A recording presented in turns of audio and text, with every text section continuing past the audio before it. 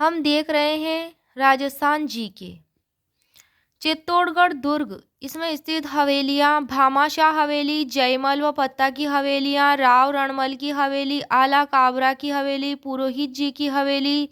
यहाँ तुलजा भवानी मंदिर स्थित है पुरोहित जी की हवेली में। सलुम्बर ठिकाने की हवेली, रामपुरा ठिकाने की हवेली, ये सब चित्तौड़गढ़ दुर्ग चित्तौड़ जिले में स्थित है सारी हवेलियां। अब देखते हैं हम उदयपुर जिले में स्थित हवेलियां। बाफना की हवेली, मोहन सिंह की हवेली, पीपलिया की हवेली, बागौर की हवेली, ये सब उदयपुर में स्थित है।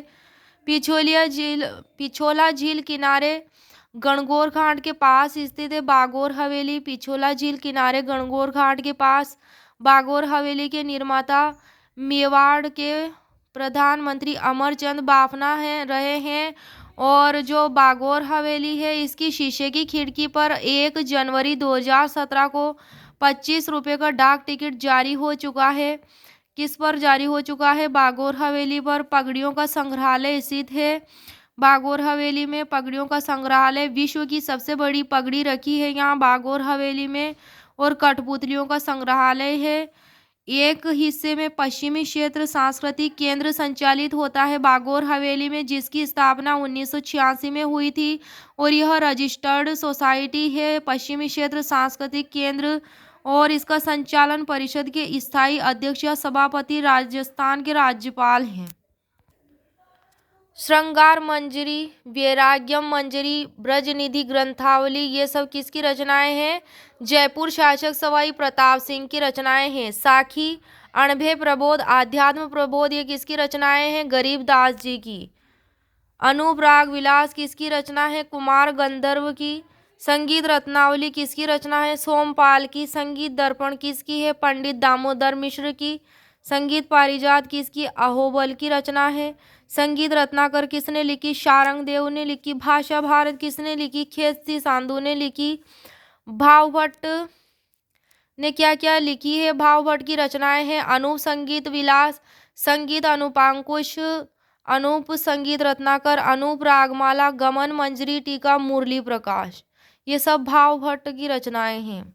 रागमाला, राग मंजरी, नर्तन निर्णय, सदराग, चंद्रोदय, ये सारी रचनाएं पुंडरीक विट्ठल की है। अनागत का स्वागत आचार्य महाप्रज्ञ की रचना है।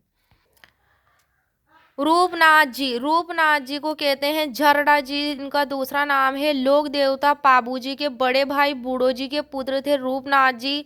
जिंदराव खींचे को युद्ध में मार दिया था रूपनाथ जी ने। और इनका प्रमुख स्थान है कोलुमंड जोधपुर, दूसरा प्रमुख स्थान सिम्बुदड़ा नोखा मंडी बीकानेर।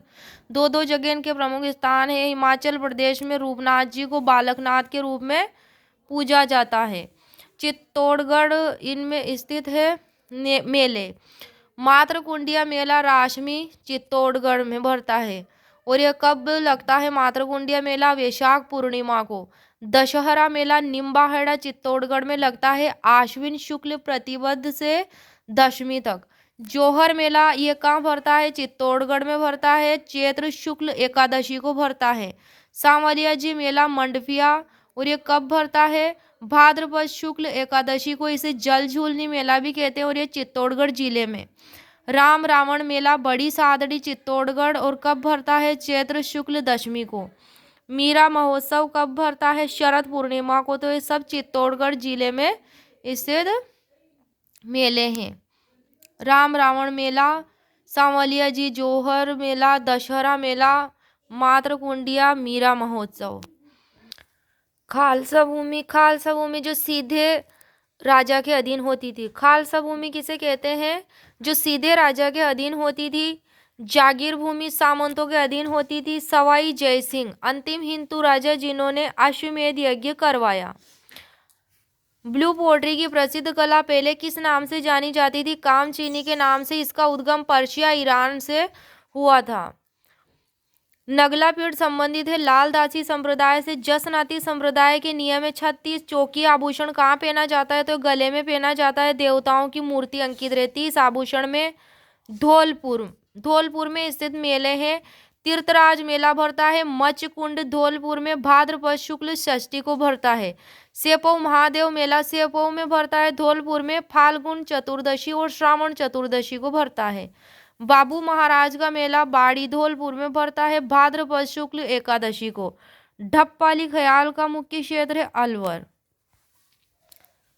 थाली नृत्य जोधपुर में किया जाता है। पाबूजी के भक्तों द्वारा किया जाता है। रावण हत्ता वाद्य यंत्र का प्रयोग किया जाता है थाली नृत्य में और नर्तक थाली को अंगुली पर तेज गति से घुमाता है। कबूतरी नृत्य चूरू में किया जाता है। पेशेवर डांसर महिलाओं द्वारा किया जाता है। झांझी नृत्य मारवाड़ क्षेत्र में होता है और छोटे मटकों में छिद्रित मटकों के साथ समूह में नृत्य करती है महिलाएं। पेजण नृत्य यह मुख्यतः बागड़ क्षेत्र में किया जाता है। दीपावली के अवसर पर किया जाता है। पुरुष महिलाओं की वेशभूषा धारण करके करते हैं पेजण नृत्य को। चौगला नृत्य डूंगरपुर में किया जाता है। होली के अवसर पर किया जाता है। स्त्री पुरुष द्वारा किया जाता है। जलती हुई होली के चारों तरफ घेरा बनाकर किया जाता है चौगोला। जिंदाद नृत्य शेखावटी क्षेत्र में किया जाता है। स्त्री पुरुषों द्वारा किया जाता है। मुख्य वाद्य यंत्र इसका ढोलकी होता है। हिंडोला नृत्य जैसलमेर में किया जाता है। स्त्री पुरुषों द्वारा किया जाता है। अपने पूर्वजों का आह्वान करते हैं। लहुर नृत्य में शेखावटी क्षेत्र में किया जाता है। अभिनेता व अभिनेत्रियों द्वारा अभिनय होता है। इसमें लहुर का शाब्दिक अर्थ होता है। राजस्थानी भाषा में मीठी खुजली नृत्य में मूल कथानक नहीं होता है। लहुर नृत्य में लूम्बर नृत्य जालोर का है। महिला प्रधान नृत्य है। लूम्बर नृत्य होली के अवसर पर होता है और गोला बना के करते हैं। महिलाएं पांवों की प्रत्येक गति के साथ ताली बजाती हैं। चावंड चित्रशैली मेवाड़ की शैली मानी जाती मेवाड़ की शैली है। चावंड चित्रशैली किसके अंतर्गत आती है? मेवाड़ चित्रशैली के अंतर्गत आती है और यह उदयपुर में स्थित है। चावंड चित्रशैली और इसका प्रारंभ किया था महाराणा प्रताप के समय। चावंड चित्रशैली का प्रारंभ महाराणा प्रताप के समय 1585 में और इसका स्वर्ण काल माना जाता है। राणा अमर सिंह का काल 1597 से 1620 ईस्वी। 1592 में निसार दीन ने ढोला मारू का चित्र बनाया जो वर्तमान में दिल्ली संग्रहालय में स्थित है चावंड चित्रशैली में। और निसार दीन ने 1605 में रागमाला सेठ की रचना की थी चावंड चित्रशैली से संबंधित। कोटा चित्रशैली का प्रारंभ राम सिंह प्रथम के काल में 1661 से 1705 और इसका स्वर्ण काल उमेश सिंह का काल है 1771 से 1820। छत्रसाल के समय कोटा चित्रशैली ने स्वतंत्र अस्तित्व बनाया। महारावल भीम सिंह के समय कृष्ण भक्ति का प्रभाव रहा है। डालू नामक चित्रकार ने 1768 में रागमाला सेठ बनाया। कोटा चित्रशैली हाड़ौती शैली के अंतर्गत आती है। उसकी उपशैली है हाड़ौती की कोटा चित्रशैली के प्रमुख चित्रकार लच्छीराम, डालू, गोविंद, नूर मोहम्मद, लालचंद और रघुनाथ ये सब प्रमुख चित्रकार चित्र रहे हैं। प्रमुख इसके कोटा चित्रशैली के बादलों के दृश्य, बतख, खजूर, हिरण, मृगनयनी आंखें, श्रृंगार बेला, बेटी की विदाई, पैर का कांटा, राम द्वारा हिरण का शिकार करते चित्र, नायिका भेद, राग रागिनी, हल्का पीला, नीला और हरा रंग रानियों को राजाओं के साथ शिकार करते दिखाया गया है। कोटा की झाला हवेली भित्ति चित्रों हेतु प्रसिद्ध है। हरे रंग की पृष्ठभूमि पर भूरे और गुलाबी रंगों से चित्रण कोटा शैली की विशेषता है। और कोटा चित्रशैली हाड़ौती शैली के अंतर्गत आती है। जैसलमेर शैली यह मारवाड़ शैली की उपशैली है। जैसलमेर शैली मारवाड़ शैली के अंतर्गत आती है और इसका प्रारंभ हर राजभाटी के समय हुआ था। जैसलमेर चित्रशैली का स्वर्णकाल अके सिंह भाटी का और लोद्रवा की राजकुमारी मूमल और अमरकोट के राजा महेंद्र की प्रेम कहानी का चित्र इसमें चित्रित है जैसलमेर चित्रशैली में और उसका किसी भी चित्रशैली पर प्रभाव नहीं पड़ा है। जैसलमेर चित्रशैली पर किसी भी चित्रशैली का प्रभाव नहीं पड़ा है। स्वर्णकाल अके सिंह भाटी का रहा है जैसलमेर चित्रशैली में।